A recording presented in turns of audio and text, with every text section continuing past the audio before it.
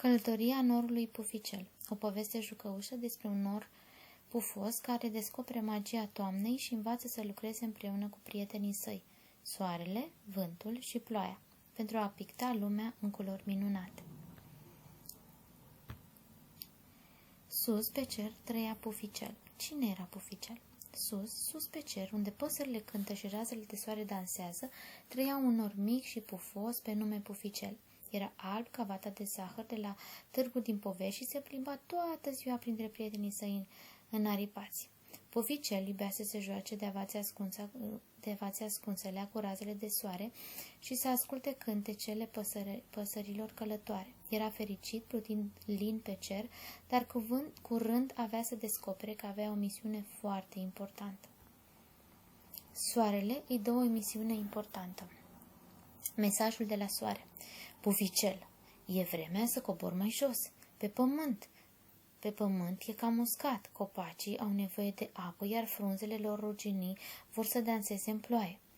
Într-o dimineață de toamnă, când cerul era senin și aerul răcoros, soarele cel înțelept a observat că pământul avea nevoie de ajutor. Copacii își îmbrăcase frunzele în haine ruginii, roșii, galbene și portocalii, dar aveau nevoie de picături răcoritoare. Puficel s-a uitat jos și a rămas uimit de frumusețea toamnei. Pădurea arăta ca un covor magic țesut din roșu aprins, galben, strălucitor și portocaliu cald. Ce frumos e! Trebuie să ajut, și-a spus Noraș hotărât. Apare vântul spiridușel. Puficel știa că nu prea putea face totul singur. Avea nevoie de ajutorul unui prieten special, vântul spiridușel, cel mai vesel și mai jucăuș vânt de pe cer. Puficel îl strigă, vino, te rog, hai să coborâm ploaia de toamnă. Sunt gata, ține-te bine, Puficel. Vântul a venit fluierând prin cer, a pregătit ca și cum ar fi fost pregătit pentru o aventură. Împreună, cei doi prieteni au voit să transforme toamna într-un spectacol minunat. Începe ploaia magică. Pic, pic, pic. Vântul a început să-l împingă pe Puficel ușor ca pe un balansoar din Povești. Norul s-a legănat odată, de două ori, apoi s-a umflat mare, mare și pic, pic, pic. A început ploaia. Picăturile cădeau ca niște perle strălucitoare peste frunzele colorate, peste florile târzii de toamnă și peste câmpurile care creșteau răbdătoare. Fiecare picătură era ca o sărutare blândă a cerului pentru pământ. Știai că fiecare picătură de ploaie ajută plantele să bea apă și să crească mari și sănătoase?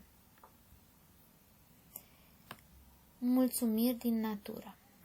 Frunzele dansează. Ce bine i-au șoptit frunzele începând să danseze prin aer în ritmul ploii. Iarba zâmbește. Mulțumim, Puficel, a spus iarba verde răcorită de picături. Copacii respiră. Copacii și-au întors crengile mulțumitor, simțind apa binefăcătoare. După ce ploaia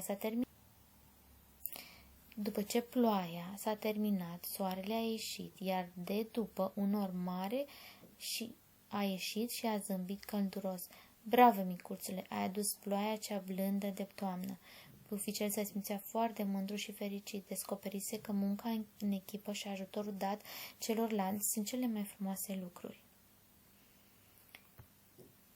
Hora veselă a frunzelor. Dar aventura nu s-a terminat aici. A doua zi, vântul spiridușel s-a trezit cu chef de joacă și i-a strigat lui Puficel, hai să facem frunzele să zboare! Și a început să sufle din toate puterile. Vâj, vâj, vâjie! Frunzele galbene, roșii și arămii s-au aprins din copaci una câte una și au început o horă veselă în aer. Se învârteau, săreau, pluteau și dansau ca niște balerine în rochii colorate, pictând cerul în nuanțele calde de toamnă. Echipa minunată a toamnei. Soarele încălzește și luminează, făcând culorile să strălucească. Puficel aduce ploaia blândă care udă pământul. Ploaia răcorește natura și o face să crească. Vântul dansează cu frunzele și le poartă prin aer. Puficel le privea de sus, pe toate zâmbind fericit. Ce frumoasă e toamna! Ploaia, vântul, norii și soarele. Toți lucrăm împreună pentru a picta lumea în culori minunate. Magia continuă în fiecare toamnă și de atunci, ori de câte ori cerul se înorează și pică ploaia ușor în zilele de toamnă, copiii se uită pe fereastră și spun cu bucurie: "Uite-l pe Puficel, norul jucăuș al toamnei." Iar când văd frunzele dansând în vânt, știu că spiridușel se joacă printre copaci, pictând lumea în roșu, galben și portocaliu. Ce am învățat din aventura lui Puficel? Fenomenele meteo. Am descoperit cum funcționează ploaia, vântul, norii și soarele și cât de importante sunt pentru natură. Munca în echipă. Puficel, soarele și vântul au lucrat împreună. Când colaborăm, putem face lucruri minunate. Frumusețea toamnei. Toamna ne aduce culori minunate și schimbări în natură. Fiecare anotimp e magic în felul lui. Fiecare element din natură are un rol important. Trebuie să respectăm și să iubim lumea din jurul nostru. Noapte bună, dragi copii! Visați despre Puficel și aventurile lui magice!